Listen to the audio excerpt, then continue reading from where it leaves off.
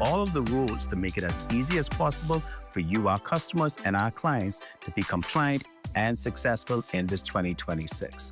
Today, I have the pleasure of speaking to Dr. Tiffany Newman from Physical Planning, who's going to talk to us a little bit about physical planning, where they fall in the equation, and how we work together and partner to make sure that you have the information that you need for your business to get started. Dr. Tiffany, welcome to the show. Thank you so much. It's a pleasure to be here. Now, we know we have a long-standing relationship with physical planning when it comes to business licenses and persons in business. So can you just tell us a little bit about and provide us a brief history of the Department of Physical Planning? Okay, it's a pleasure to do that. Okay. Believe it or not, the Department of Physical Planning history predates independence of 1973 of the country. Awesome. It does. And so we have a rich history. But we can go back as far as 1961 when we had the actual Town Planning Act that was implemented in order to assist with development control, land use development, and urban planning for the country. Historically, the department was managed under the Town Planning Act of 1961, along with the Private Roads and Subdivision Act, and also various building codes under the direction of the Ministry of Works. Now, physical planning presently operates under the Ministry of Works and Family Island Affairs. The Ministry of Works had several names prior throughout the years. One of them would be the Ministry of Public Works. Another would be the Ministry of Works and Urban Development. And we also had the Ministry of Works and Transport. But we're rooted in the Ministry of Works. Okay. At this point in time, what are, you would say, the general rule and responsibilities of the Department of Physical Planning? Okay, so generally, let's look at it like this. Anything which you want to use a piece of property for or a building, you have to have the approval of the Department of Physical Planning Town Planning Committee. Okay. That's where we come in terms of business license, land use. Okay. Anything which you need to use your building for or a piece of property for, it must be sanctioned by the Town Planning Committee. That includes vacant land as well. That includes vacant land, existing buildings. Even if you're in a building, you move out, someone else wants to move in, different use, you would need the sanction of the Town Planning Committee. That's interesting. So at this present time, what laws or policies govern the department's work? Because I know a lot of persons sometimes don't even know what laws or bills. Yeah, so the Department of Physical Planning is a little tiny little place with a few persons, but it's such a powerful department. So the present law in which we are guided would be the Planning and Subdivision Act. Okay. And in that, it will literally state that in order for you to use your land or your property for any particular use, you must have the sanction of the Town Planning Committee. If you do not do that, you'll be in violation and you can actually be cited, fined, and go to court. Wow. And it's so interesting you say that because there are a number of calls I get from persons always asking about persons who are operating businesses outside of having a business license and stuff. So in that instance, would they then report to physical planning about the building being used, or would they report to us, Department of Inland Revenue? And you see, this is where relationship comes into play because sometimes persons may be in breach of several laws. Yes. And the interagency task force or team and working together and collaborating is very important. Let's say they're using a building without a business license. Well, definitely we know that's Department of Inland Revenue. They're using it without the sanction of the Town Planning Committee. They didn't get consent to do what it is that they're doing. They're also in violation of the Town Planning Committee. Let's say they may have built the building without a valid building permit. That's going to be the Ministry of Works. And so with three agencies working hand in hand, we can get the job done. Sounds excellent. So when we add it all up, how does planning, zoning, and approvals work together? Okay, so what I like about the Planning and Subdivision Act 2010, there's a clause in there that gives the client an opportunity to have a pre-consultation meeting free of charge. Okay. Which means if you're a business owner and you want to establish a business, you can simply walk right on into the Department of Physical Planning. I'm a business owner. I want to sell cakes and pastries. I live Shrimp Road, Avocado Gardens. Can you kindly give me some advice on how I should pursue getting a land use approval to get a business license to have this business in operation? I didn't even know that was available to persons. Yes, it's called the plan. It's called the pre-consultation process, and it's actually in the act. Okay. And so you come in, you sit down with an officer. love sitting down and talking to clients in advance. It's just unfortunate persons do come in on the tail end when they go and set up shop. They've already paid their rent. They've already purchased the building. They already have the equipment on the dock, and they just need their business license. And physical planning is on the whole up. Wow. Never seen that one time. And it's sad. We're all Bahamians, but that's why our town planning committee is there as well. They're like the heart of physical planning. So even though we're technical officers, we write technical papers, we do the research based on zoning, setbacks, parking, all of the other things you can think about. We still have to submit a technical report to the town planning committee. Okay. In some instances, let's say you do something you're not supposed to do, the committee will have a conversation with you. What's going on? We hear you out. If it's something that can work out, we can do that. But if it's something that can't, do they need an appointment before they come in? no, for the town planning committee, you need to be invited. So if it's something where you're coming in just to have a conversation, you can speak, you can walk right in the doors and speak with any technical officer. Okay, so I know that you said that it's free that persons can walk in, but are there any fees or any charges for any of the services, whether it's from town planning or physical planning, that persons may not be aware of? In most cases, no. It's free of charge. Walking in, having a conversation is free. Going online to the Inland Portal, which I must say this, that's amazing. Persons can apply. You can apply. If you wake up at 12:01 a.m. in the morning and you have an idea, Inland Revenue has made it possible that you can apply to physical planning through the portal for your business. So that's just amazing. I have to give it. I know this is up true because I've done it. I am guilty of this. I'm telling you, 3 o'clock in the morning. So when we go to work on Monday, 9 to 5, Monday, emails. You see all of the applications and the ideas are so unique. But so in most instances, persons that apply that way, or they have an existing space that was set up previously and they're just moving in. In most cases, that's free of charge. But let's say you're a business owner and you want to build a hotel or resort or a commercial plaza. You don't just go and build it. You come in through what we call the site plan application process. And based on the complexity of that application, you may need to pay a fee in that instance. That brings up a interesting question also, because we know what's happening in both Nassau and the Family Islands. A lot of persons are now building Airbnbs. So in those instances, well, I'll ask the question in a twofold part. For persons who already have a home, but they're looking to possibly use a part of their home for Airbnb, do they still need to come back to physical planning for that? Definitely they would need to do that. Okay. Because if they're using a part of it, let's say we have something called zoning. You're responsible for zoning. Let's say you live in an area that's zoned single family. That means one family is allowed to live on that property at a given time. Okay. You want to go ahead and split it up, or you want to go ahead and add where you're having a second kitchen, second entrance, et cetera, et cetera. You're going to have to apply for something we call rezoning.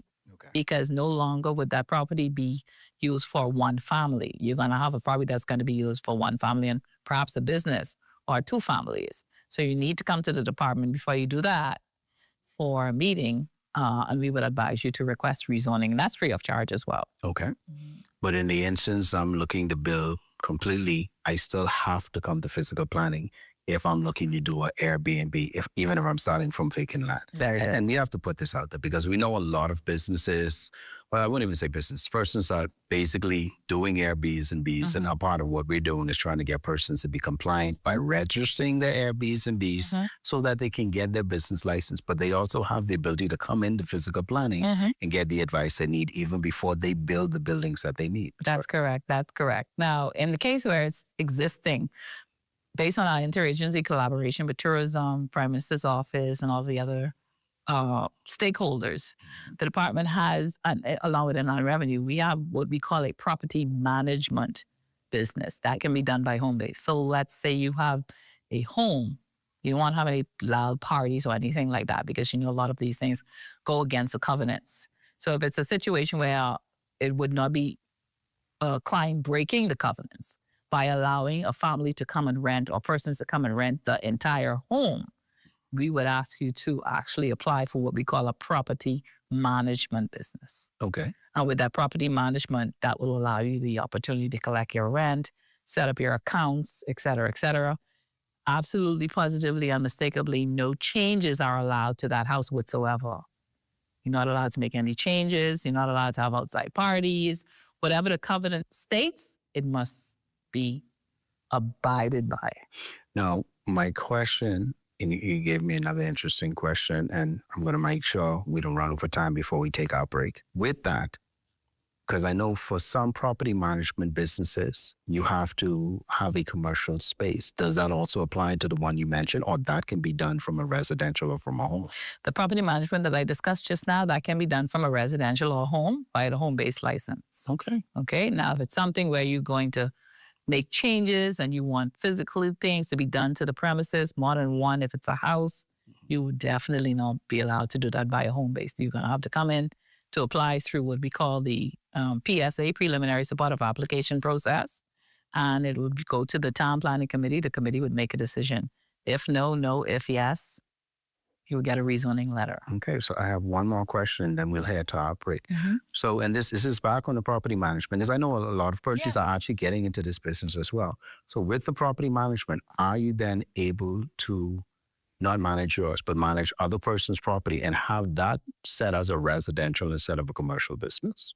Yes, you are allowed to list. Okay. Still no changes to any of the properties you're listing. Okay. It's similar to real estate sales and rental, where you have a real estate license. As a realtor, you're allowed to list. Okay. Okay, so property management, as a property manager, you're allowed to list properties that are going to be for rent. That's interesting. Right? That's interesting. We're going to take our first break right here on DIR, Let's Talk Sense. And when we come back, we're going to continue our conversation with Dr. Tiffany Newman from Physical Planning. We'll be right back.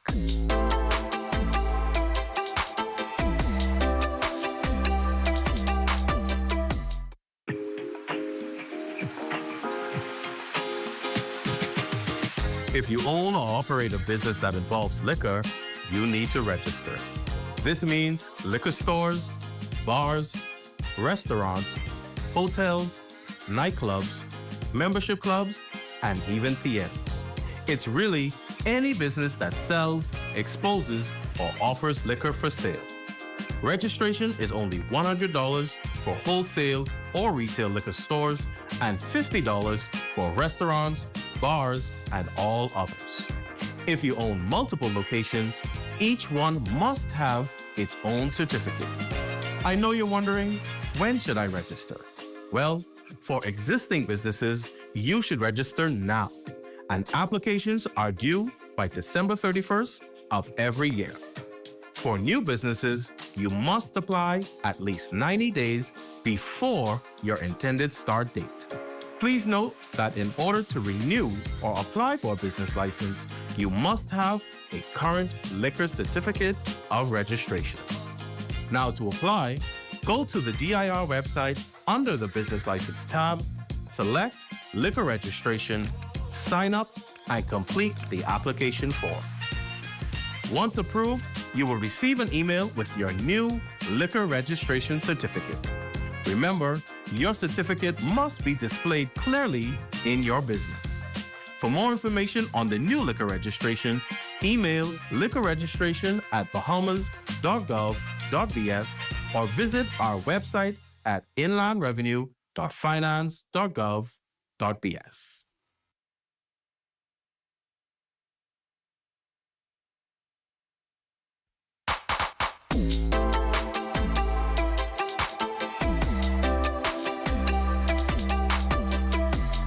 And welcome back to DIR Let's Talk Sense. I'm your host, Pierre Montour, the Trinity Communications Manager at the Department of Inland Revenue. So today we're talking with Dr. Tiffany Newman from Physical Planning about the collaboration between the Department of Inland Revenue and Physical Planning.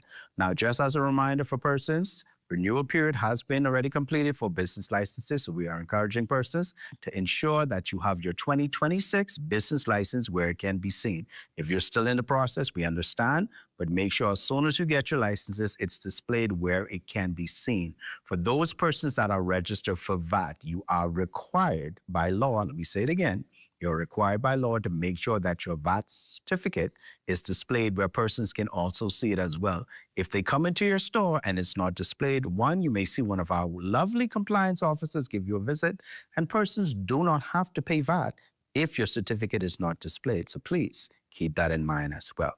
Now, right before we went to the break, Dr. Mim, we're talking about the partnership and the collaboration between the different agencies. So how does physical planning, I would ask, collaborate with other agencies in the approval process? Okay, that's a very good question. A lot of persons don't know much about us, but we play a role in just about every agency in terms of the building environment is concerned. The first one we look at would be the building control section of the Ministry of Works. We collaborate with them in terms of, is this building a building that has approval to be there? Does this have a valid building permit? You see, with the building permit process, once you apply to the Ministry of Works for the building permit, the permit is sent to physical planning. Okay. Physical planning looks at it. It goes to our town planning committee or one of our inspectors or our superintendent. They would review the file. Once it's done, if it is approved by the committee, approval is sent out, the building permit is sent back. The person gets the final building permit. Once that building permit process is done, we kind of almost sure that the building, if it's built, it was built in accordance with the approved plan. So when we come on site, we simply look for parking, setback, building height, a few other things. But if it seems as if that building does not look right for some weird reason, if our setbacks are not correct based on what we approved previously, we forward that matter to the building control section of the Ministry of Works. We would not grant planning approval, because that would mean that that building was built outside of the parameters of which the committee, what the committee had actually approved. Yeah. We work with the Royal Bahamas Police Force, the business license unit. I want to say hello to Brown. Superintendent Brown is doing an amazing job down there. Awesome. But we work in collaboration with them as well in terms of some things that they may see that we need to take a closer look at. They will alert us. Or some things we may see that they would need to take a closer look at. We will alert them. We work with, believe it or not, the preschool council. I am actually the department's representative on the council. Interesting. Preschool council is doing a wonderful job in caring for preschool and nursery throughout the Commonwealth of the Bahamas and ensuring that the curriculum, the building, everything about it, the teachers, everything is done. I'm talking about top notch. I think the preschool councils work with the schools in the Commonwealth of the Bahamas is second to none in the Caribbean, if I'm not mistaken. We also work with, in terms of agencies, we work with NACOP. We calculate the amount of students that are allowed in certain buildings. We have square foot requirements, ensuring that parking, drop-off, pickup is available. There's a lot we do in just about a little of every agency. And I wouldn't go into inland revenue because everybody's aware. Inland revenue, you guys are our riders. And again, like I was saying earlier, you have to give credit where credit is due. Our application process for home-based and commercial, you would need to come into the office and fill out a form. Then you come back to check back later, has the letter been prepared as yet? Has to be signed off, et cetera, et cetera. Prior to COVID, we were working with Inland Revenue with this online portal. When COVID hit, all offices closed, all buildings closed. But can I say that the Department of Physical Planning was still able to process applications because of that portal? And so we want to say thank you for that. But from COVID, post-COVID, after COVID, we never went back to paper. Yeah. And so we were paperless based on that. And so we want to say thank you to Inland Revenue, who has also been there. I'm talking about, I have to say hello to Dexter Fernanda. I have to say hello, Mr. Todd, yourself, Mr. Williams, and everybody else who's been there. Because if we have questions or concerns, pick up the phone and literally your agents are one call away. Also, the agents down there, they're amazing. And working together hand in hand has tourism, can't forget tourism. We work hand in hand with tourism as well in terms of land use, property. Ms. Farrington from the Beaches and Park Authority, listen, I can go on and I don't want to get in any problems. So if I didn't call your name, it was not because I didn't mean to, it's because of time. But working hand in hand with the agencies, with the other government agencies, it has helped us to be able to present to the public one government. And that is what we're looking forward to continuing to do with the Department of Inland Revenue. I just want to say, I didn't pay you to say that. I'm just throwing that out there. He did. I didn't even know I was going to say it. So what does physical planning mean for business owners in practical terms? Okay. What does it mean for business owners in practical terms? I know you would normally hear, oh, if you don't have approval from town planning, ain't nothing happening, ain't nothing happening. But it's not that. Physical planning by law, it is the mandate that physical planning is responsible for land use and property development, urban planning, and the setup of the community. That is the responsibility of the Department of Physical Planning. We have trained planners that went to school. We have a director. Hey, Jehan Wallace, our first female acting director. Awesome. But we have Mr. Charles Sonic, who just retired, amazing guy. Michael Major, we had amazing directors. Bruce LaFleur. But it is our responsibility to do that. We have land use plans, land use maps, tireless hours and hours and hours in terms of trying to regulate, get things in order, development control, but also plan for the future. We work hand in hand as well. I forgot to add with the local government, because physical planning is not responsible for approving for the family islands in terms of business licenses. That must be done by the local government or the island administrator. So what does that mean? Sum it all up. Before you set up your business, before you establish your business, you have to come to physical planning to determine, can this building or this land be used for the business idea that I have? Okay? We are also working in harmony with agencies like the Small Business Development, where we learned that prior to a client getting funds or a piece of property, they would need to have a business license. We don't just refuse you. We say, okay, then no problem. We walk you through. You can apply for an administrative license for a boating business, an administrative license for a car business, an administrative license for a towing business. Administration means I'm just setting up my license so that I can have my license, so that I can go to these different agencies to seek approval, to seek funding, to seek getting advice. And once you get that license, I know Inland Revenue can tell you some more about the change of circumstance. Yeah. Once you have everything that physical planning requires, we'll then tell you, go ahead and put in for your letter so that we can actually give you an approval for the actual business, and Inland Revenue will change the license based on the change of circumstance. And so that's what it is for business owners. We just come into the department. It's free. We're open 9 to 5, Monday through Friday. Just come and have a conversation. I know I don't even want to give you the number, because I know a lot of persons say the numbers are always down. But 328-3202, 322-755-01 or 2. And I'm sure there are more. And also we have an active Facebook account. We have somebody, Glendale Josie, is doing a great job in monitoring that, our Facebook account. We have other social media accounts. Just reach out. We have emails. Just reach out and talk to us. We are there, and we would be available to have conversations with business owners. We want our business owners to succeed. They run the country. They are the ones that's generating income. They're the ones that's hiring the employees. We need them. I know I have 4 kids. I need them. All right. And I want them to be a business owner as well one day. And so we want to encourage you to come into us. And, you know, I'm so glad you said that, because a lot of times persons have the mindset that either us, and I got to say us being Inland Revenue, doesn't want persons to get their business licenses, but what they have to understand, a lot of times it's also working with the regulators. Mm-hmm. But like you said yourself, you know, you want businesses to succeed and have the opportunity. And I hope persons take from this, you know, sometimes you just have to ask the right questions and ask for help, or even better yet, just ask for the advice on how do I actually go about doing this, so that even if you come across roadblocks, you're able to do it. Yeah. So how then does development control and land use then impact, I would say, business operations as well as their licensing? Okay, great question. So first of all, land use. Land use comes first.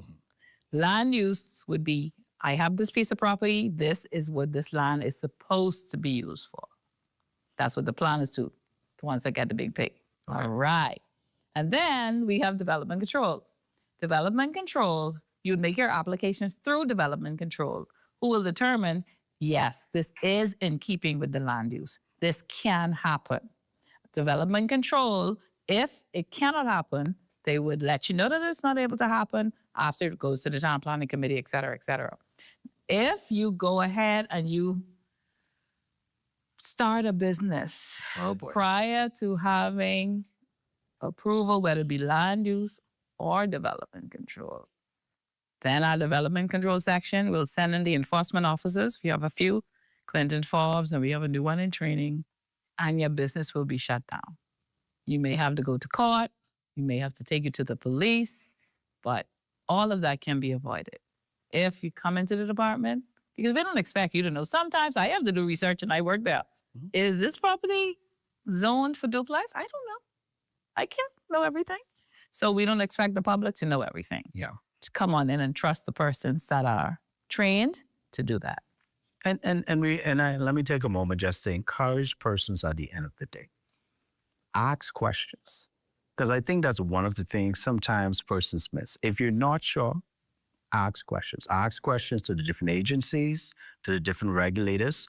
On our website, we always encourage persons, especially when you're looking to start a business for the first time, to make sure that you go on, look at the different regulators you need so that you're able to go to those agencies or those departments and ask the questions that you need at the end of the day.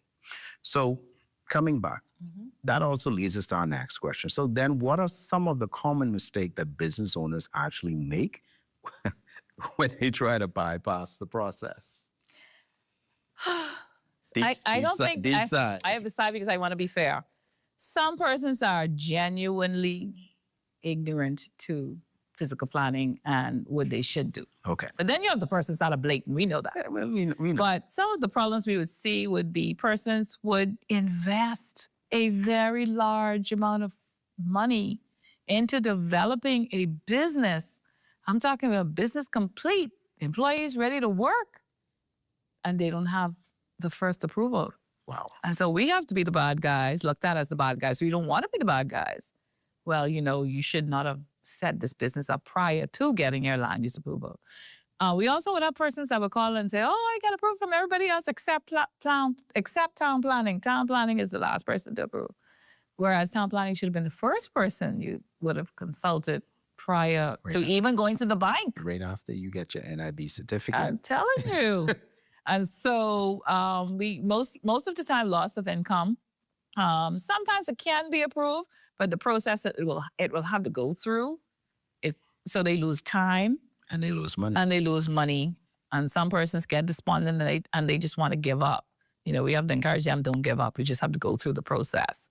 But we don't want that to happen. And the danger is also the fact of losing credibility for skipping steps as well. And I don't think persons realize there's also a blow to your business's credibility in terms of that. It's been such a pleasure speaking with you today. Right before we go, any final words for our listeners or any final advice for our listeners? Okay. On Fridays, until further notice at 11, we have created a Zoom account where persons can come on to learn more about the Department of Physical Planning. Fridays at 11. You can also have your application fast-tracked. If it's something you just put in a minute ago, you can come onto that Zoom and we will look at it, and if everything is in order, we will send it out for you. We have a very good segment coming up on Friday. I don't know when this is going to be aired, when the Ministry of Works is actually going to be on, to give you some updates as well in terms of what's happening with the Ministry of Works, because we're brother and sister. The Building Control sections, we're actually brothers and sisters. We also want to celebrate our acting director, Jeanne Wallace. Ooh, first female. And that's amazing based on what's happening in our country today. So we want to celebrate her.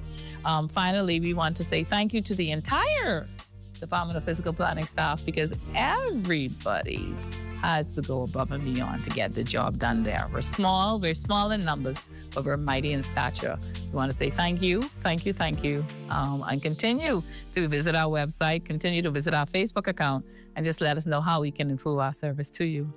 Dr. Newman, it's been a pleasure having you today. So thank you again for tuning in to DIR Let's Talk Sense. I'm your host, Pierre Montour, the Training Communications Manager here, and I look forward to seeing you with our next exciting episode right here at DIR Let's Talk Sense. See you soon.